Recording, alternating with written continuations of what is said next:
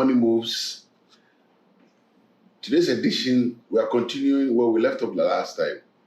Last time we were looking at sole proprietorship and the rest.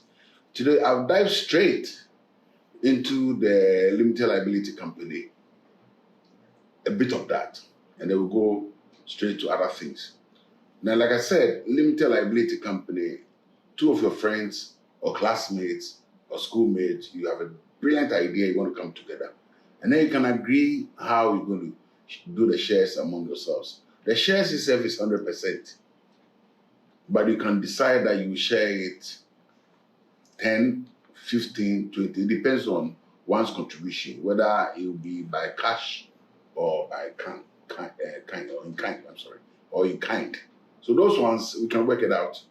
And when the time comes, you can just send me a message and I'll guide you on that. Because some people in the past have always had a problem that he did all the work and somebody just put in the initial capital cash of, say, 20,000 cedis.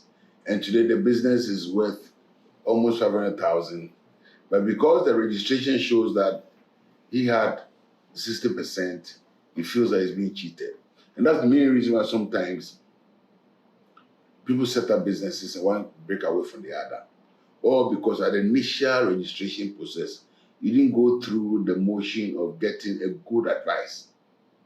And Money Moves, we are here to help. And you can always inbox me, send me a message, and then I'll be able to explain it detail and even help you too. But there's something that happens to everyone.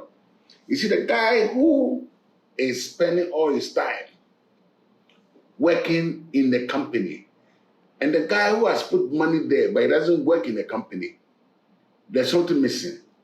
What is missing is the notional salary.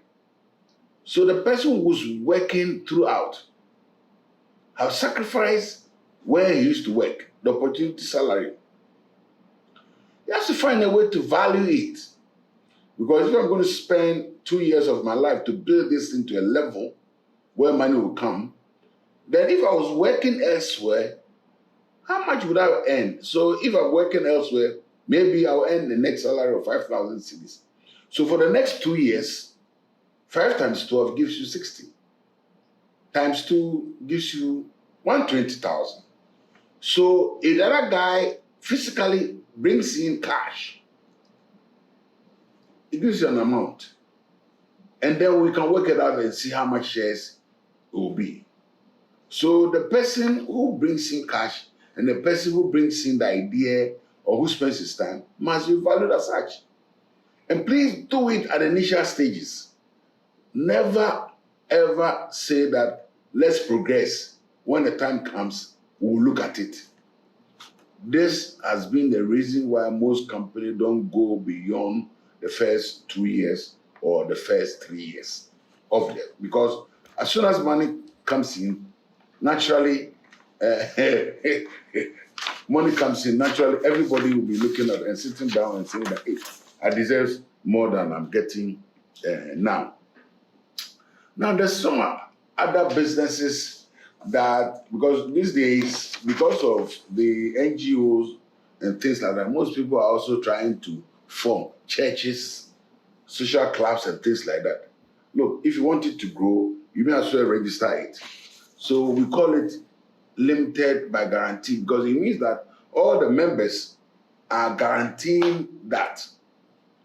All the members, or the initial members, are guaranteeing the business. So it's called limited by guarantee. That's an NGO, non-governmental businesses. So church, group, welfare clubs. Because if you don't want trouble, register it. Limited by guarantee. And the rules will be spelled out properly. And those are the NGO. And it says that limited. So it is limited by guarantee. So all of you, 5, 8 of you, nobody is higher than the other. You are members. And therefore, the members are guaranteeing this NGO business. And you go through the motion of registering it with Director General. And then you go to Ministry of social welfare, Department of Social Welfare, and pick the forms also. You know, an NGO these days, per the social welfare thing, you're either going to be a regional-based NGO, community-based NGO, or a national-based NGO. So we all know your footprint. And then you go through the rigmarole of filling forms at the Ministry of or the Department of Social Welfare and things. So those the registered charities is very important. Churches are all registering. Clubs are all registering. They are older clubs and things like that. If you don't want any confusion, you must register it. So we document it. And then we can have those who are managing the clubs at each point in time. However, if you're going to embark on a commercial activity, you can, but that aspect of commercial activity, you must account for it properly because tax will be implied there. The charity itself is not taxable, but activity is taxable. So there's an aspect of the activity that will be taxed, and therefore your bookkeeping has to be correct.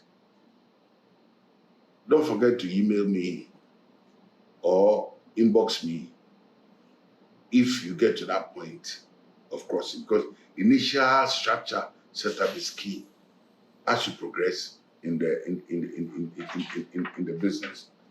Now, these days, there's something we call external company. It is basically a company out there internationally. Who doesn't want to come and set up in Ghana, but yet he wants to have a footprint in Ghana? So to be a legally registered company, we call it external company, but that's for foreigners. That's for foreigners. So if you are a diasporan, you've already opened some of the businesses out there, wherever you are, and you want to come open a branch here, you may not necessarily register as a company. You will be basically an external company, which means that it is a neck or is a branch of the main business. You go through the registration forms. It's a bit complex when you are filling the forms, but that's how professionals are there. So they'll guide you to fill the forms, and then you appoint a local manager who will just manage, call it resident manager.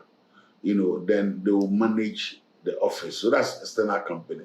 We haven't gotten there yet, but anybody who already is in the business of, especially those who will be sending me messages, there are some who are working there, and because they come from Ghana, they want to come open a business there. You may not necessarily come in, set up a full leg.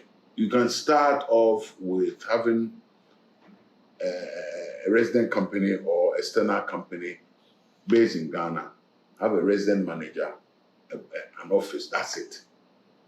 And then after you fill the application forms, you are good to go.